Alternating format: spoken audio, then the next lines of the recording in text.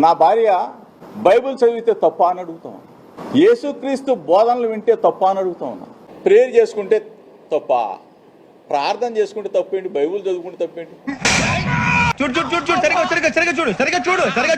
తప్పేం లేదులే జోగి రమేష్ అన్న. మరి నీ కోడలేంది ఇలా మాట్లాడుతుంది? ఆవిడ బైబిల్ చదువుతున్నా, నేను వాటిని అన్నిటినీ నేను ప్రతి ఒక్క దాన్ని నేను రెస్పెక్ట్ చేస్తాను ఖచ్చితంగా. బట్ నన్ను బలవంతం చేయడం అనేది ఖచ్చితంగా 100కి 100% తప్పు. ఆమె ఎట్లాంటి వ్యాఖ్యలు చేసిందంటే, అసలు మీ దేవుళ్ళు కూడా దేవుళ్ళేనా? దేవుళ్ళ గురించి కూడా అసలు ఇద్దరిద్దరు వైఫ్లు ఉంటారు, ఇద్దరిద్దరు పిల్లలు ఉంటారు, వాళ్ళకు కూడా అన్ని మనుషుల్లాగానే అన్ని ఉన్నాయి. అసలు వాళ్ళ దేవుళ్ళు ఎట్లా అవుతారమ్మా?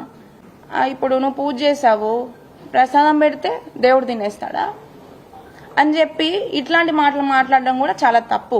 ఇంకా నువ్వు హిందువు, మీ దేవుళ్ళు నమ్ముకున్నావు కాబట్టి నీకు ఇట్లా అయిందేమో, మా దాంట్లోకి వచ్చేసేయి అని చెప్పి ఇట్లాంటి మాటలు మాట్లాడదన్నమాట.